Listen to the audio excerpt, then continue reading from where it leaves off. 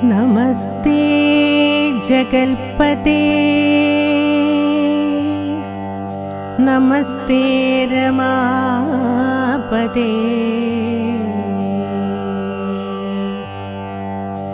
नमस्ते दाशरथे नमस्ते सतांपते. ഇന്ന് കർക്കിടകം 29 യുദ്ധകാണ്ഡത്തിലെ ഏറ്റവും അവസാന ഭാഗത്തേക്ക് നമ്മൾ പോവുകയാണ്. ഇന്ന് പ്രതിപാദിക്കുന്ന വിഷയം ശ്രീരാമ പട്ടാഭിഷേകം. അതിനുശേഷം ശ്രീരാമൻ എങ്ങനെയാണ് രാജ്യം ഭരിച്ചത് എന്നും ഇവിടെ വിശദമാക്കുന്നു. നമ്മുടെ ആചാര്യൻ ശ്രീ ഗോപിനാഥ് പുത്രക്കർ അദ്ദേഹത്തെ സ്വാഗതം ചെയ്തു. നമസ്തേ. നമ്മൾ രാമായണ പാരായണത്തിന്റെ ഏറ്റവും അവസാന ഭാഗങ്ങളിലേക്ക് പോവുകയാണ്. ഇത്രയും നാൾ നമ്മൾ രാമായണത്തിലെ ഓരോ കാര്യങ്ങളും എടുത്തുകൊണ്ട് വിശകലനം ചെയ്ത് എങ്ങനെ ജീവിതത്തിലേക്ക് പ്രാവർത്തികമാക്കാം എന്നൊരു ചിന്തയിലായിരുന്നു അല്ലെ. അപ്പൊ ഈ പട്ടാഭിഷേകവും അതേപോലെ നമുക്ക് ഒന്ന് വിചിന്തനം ചെയ്യാം അല്ലെ.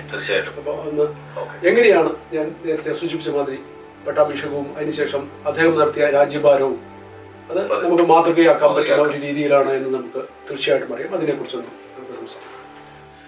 ശ്രീരാമ പട്ടാഭിഷേകം എന്നുള്ളത് എല്ലാവരുടെയും മനസ്സിലുള്ള ഒരു സങ്കല്പമാണ്. ഈ ലോകത്തില് ഒരേ ഒരു പട്ടാഭിഷേകമേ ഉള്ളൂ, അത് ശ്രീരാമ പട്ടാഭിഷേകമാണ്. എന്നാൽ പലരും പട്ടാഭിഷേകം എന്ന ഈ പ്രയോഗത്തെ വളരെ വികലമായി വ്യാഖ്യാനിക്കാറുണ്ട്. എന്നാൽ അത് അവരുടെ അല്പജ്ഞാനത്തിന്റെ ഫലമാണെന്ന് മാത്രം നമുക്ക് പറയാം. കാരണം ഒരു രാജാവ് അഭിഷിക്തനാകുന്നത് കേവലം രാജ്യാഭിഷേകം മാത്രമാണ്. ഇവിടെ ശ്രീരാമനോ പട്ടാഭിഷിക്തനാകുന്നു. ആ ഒരു വ്യത്യാസമുണ്ട്. അതൊരു ആധ്യാത്മികമായ അല്ലെങ്കിൽ ദാർശനികമായ ഒരു വ്യത്യാസമായി തന്നെ നമ്മൾ തിരിച്ചറിയണം. എന്തെന്നാൽ നാം ശ്രീരാമന്റെ രാജ്യാഭിഷേകം ഒരിക്കൽ കണ്ടു. അത് വിച്ഛിന്നാഭിഷേകമായി. രാമൻ ദണ്ഡകാരണ്യ വ്രതമെടുത്ത് ധർമ്മപ്രചരണം ലക്ഷ്യമാക്കി സീതാദേവിയോടൊത്ത് സഞ്ചരിച്ച് തന്റെ ജീവിതത്തെ ഒരു അയനമാക്കി തീർക്കുകയും രാക്ഷസവർഗത്തെ ഉന്മൂലനാശം ചെയ്ത് തിരിച്ച് മഹാലക്ഷ്മിയായ സീതയെ വീണ്ടെടുത്ത് അയോധ്യയിൽ എത്തിച്ചേർന്ന് അദ്ദേഹം പട്ടാഭിഷിക്തനാവുകയാണ്. അങ്ങനെ നമ്മൾ അതിനെ വ്യാഖ്യാനിക്കണം. ആ പട്ടാഭിഷേകം, ശ്രീരാമന്റെ പട്ടാഭിഷേകം എന്ന് പറയുന്നത് എല്ലാ അർത്ഥത്തിലും നമ്മുടെ ജീവിതത്തിൽ നമുക്ക് പകർത്താവുന്ന ഒട്ടനവധി ഗുണങ്ങളോട് കൂടിയ ഒരു പട്ടാഭിഷേകമായിരുന്നു. ആ പട്ടാഭിഷേകത്തില് ശ്രീരാമൻ, സീത, ഗുരുജനങ്ങൾ, ആഞ്ജനേയൻ, ഭരതശത്രുഘ്നന്മാർ എല്ലാവരും ഒരുമിച്ചിരിക്കുന്നു. എന്ന് പറഞ്ഞാൽ രാമായണമാകുന്ന ഈ ക്ഷീരസാഗരം കടഞ്ഞെടുത്താൽ ലഭിക്കുന്ന ആ നവനീതമാണ് പട്ടാഭിഷേകം. ഒന്നുകൂടി വിശദമാക്കിയാൽ ആ ക്ഷീരസാഗരം എന്ന് പറയുന്നത് നമ്മൾ വാസ്തവത്തില് പാലിൽ നിന്ന് തയ്യാറാക്കുന്നതാണ് തൈര്. ആ തൈരിനെ മെരുക്കുമ്പോൾ അതിൽ നിന്ന് വെണ്ണ ലഭിക്കുന്നു, അല്ലെങ്കിൽ നവനീതം ലഭിക്കുന്നു. അങ്ങനെ രാമായണ ചരിതമാകുന്ന ക്ഷീരസാഗരം മഥനം ചെയ്തപ്പോൾ ലഭിച്ച നവനീതമാണ് ഈ പട്ടാഭിഷേകം. നവനീതം, നീതം എന്ന് പറഞ്ഞാൽ നയിക്കുക, പുതുമയിലേക്ക് നയിക്കുക. നവനീതം പുതുമയിലേക്ക് നയിക്കാൻ ഉതകുന്ന ഒരു വലിയ ആധ്യാത്മിക സങ്കല്പം ആ പട്ടാഭിഷേകത്തിൽ അടങ്ങിയിട്ടുണ്ട്. അതിൽ ജ്ഞാനമുണ്ട്, കർമ്മമുണ്ട്, ഉപാസനയുണ്ട്, സംരക്ഷണമുണ്ട്, സേവക ഭാവമുണ്ട്, ഗുരുസങ്കല്പമുണ്ട് എന്ന് വേണ്ട എല്ലാം അടങ്ങിയ മഹത്വത്തിന്റെ ആ ഉന്നത ശ്രേണിയിൽ വിരാജിക്കുന്ന ഒരു രൂപമാണ് നമ്മുടെ മനസ്സിൽ ഇന്നും നാം പ്രതിഷ്ഠിക്കേണ്ടത്. അതാണ് ശ്രീരാമ പട്ടാഭിഷേകം. ഇന്നും അതിനെ മറികടക്കാൻ ഒരു സങ്കല്പം വേറെ ഉണ്ടെന്ന് തോന്നുന്നില്ല. ഈ ലോകം മുഴുവനും നാം സഞ്ചരിച്ചാൽ ഇതേപോലൊരു ദൃശ്യം നമുക്ക് കാണുവാൻ സാധിക്കുകയില്ല. അതാണ് അതിൻ്റെ ഒരു അനിതര സാധാരണത്വം എന്ന് പറയുന്നത്.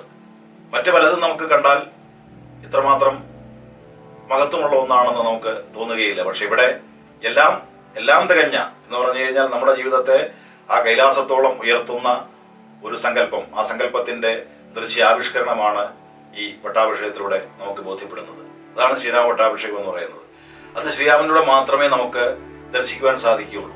എന്തുകൊണ്ടെന്നാൽ കേവലം ഒരു യുദ്ധം ചെയ്ത് കുറെ ശത്രുക്കളെ അമർച്ച ചെയ്ത് ഒരു അധിനിവേശം സൃഷ്ടിച്ചുകൊണ്ട് നേടിയെടുത്ത ഒരു പദവിയല്ല.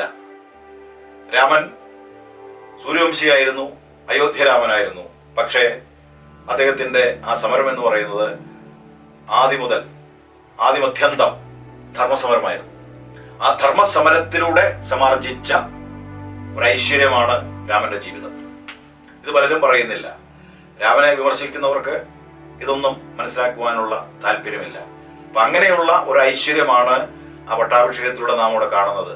രാമനും സീതയും, ലോകമാതാവായ ആ സീതയും അതുപോലെ ഭരതശത്രുഘ്നന്മാരും എല്ലാം ചേർന്നിട്ടുള്ള ആ ഒരു രൂപം നമ്മൾ മനസ്സിൽ പ്രതിഷ്ഠിക്കണം. അത് പ്രതിഷ്ഠിച്ചില്ലെങ്കിൽ പിന്നെ ഈ രാമായണം വായിച്ചുകൊണ്ട് പ്രത്യേകിച്ച് ഗുണമൊന്നും നമുക്കില്ല.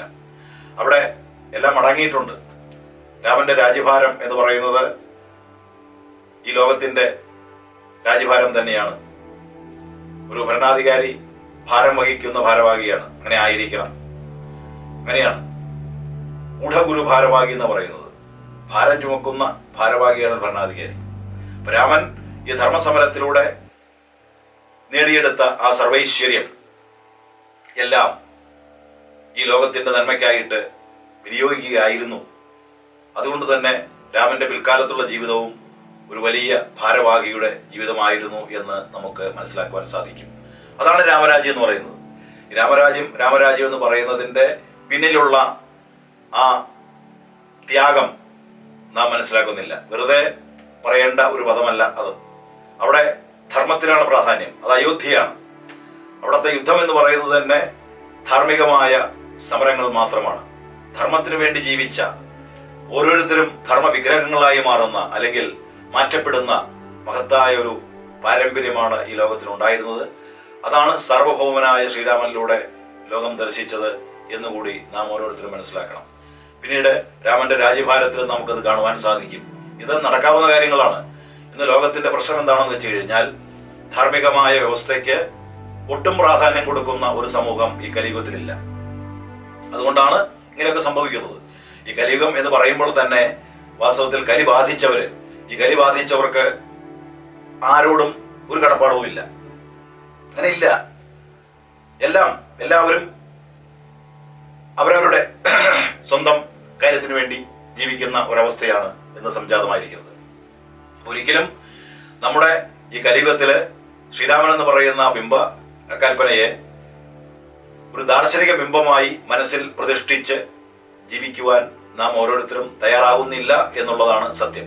ഇന്നും ആഞ്ജനേയന്റെ മനസ്സിൽ രാമസീതാ വിഗ്രഹമുണ്ട്. നാം ഓരോരുത്തരും ആ വിഗ്രഹത്തെ ഈ ഹൃദയപത്മത്തിൽ പ്രതിഷ്ഠിക്കണം. ആ പ്രതിഷ്ഠയാണ് ഒരു ഷടാധാര പ്രതിഷ്ഠ എന്ന് പറയുന്നത്. ആ പ്രതിഷ്ഠയ്ക്ക് ഇളക്കമില്ല. അപ്പൊ ഒരിക്കലും ഇളകാത്തതായ ആ ഒരു പ്രതിഷ്ഠ ഇവിടെ നടപ്പാക്കണം എന്നാണ് ഈ പട്ടാഭിഷേകത്തെ പറ്റി മനനം ചെയ്യുമ്പോൾ ഉപദേശിക്കുവാനുള്ളത്.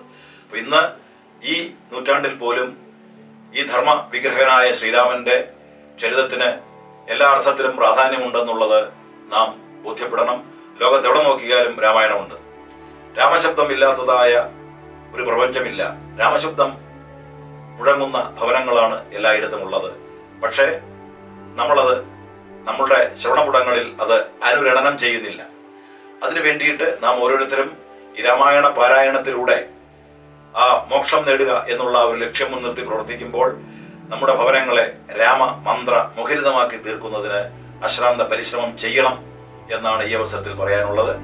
നമ്മുടെ ഈ രാമായണ സത്സംഗത്തിൽ നാം നടപ്പാക്കിക്കൊണ്ടിരിക്കുന്നത് കേവലം കഥാകഥനമല്ല, മറിച്ച് സാഗരൂപനായ ശ്രീരാമചന്ദ്രന്റെ ജനനം മുതൽ പട്ടാഭിഷേകം വരെയുള്ള അദ്ദേഹത്തിന്റെ ജീവിതയാത്രയിൽ നിന്ന് നമുക്ക് പകർത്താൻ കഴിയുന്ന നല്ല നല്ല വശങ്ങളെ പകർത്തുന്നതിനും അതിനെ മനനം ചെയ്ത് സാക്ഷാത്കരിക്കുന്നതിനുമുള്ള ഒരു വേദിയാക്കി മാറ്റുകയായിരുന്നു നമ്മുടെ ഈ രാമായണ സത്സംഗം.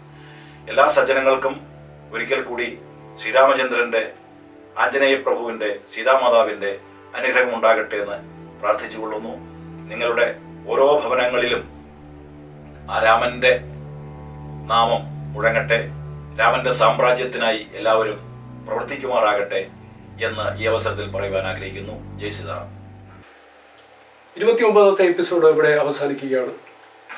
ഞങ്ങൾ ഈ 29 എപ്പിസോഡിലും ഇനി വരാൻ പോകുന്ന 3 എപ്പിസോഡിലും നമ്മൾ പറയാൻ ആഗ്രഹിക്കുന്നത് തത്വാധിഷ്ഠിതമായ രാമായണത്തിലെ സംഭാവനകളെക്കുറിച്ചാണ്. ഇത് എങ്ങനെ നമ്മുടെ ജീവിതത്തിൽ പകർത്താമെന്നും അത് പ്രായോഗികമാക്കാമെന്നും നമ്മൾ ഇവിടെ വിചിന്തനം ചെയ്യുകയാണ്.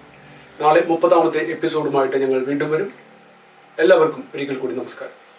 നമസ്കാരം. നമസ്തേ ജഗൽപതേ,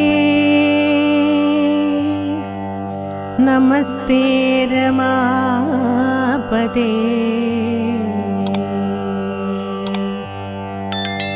നമസ്തേ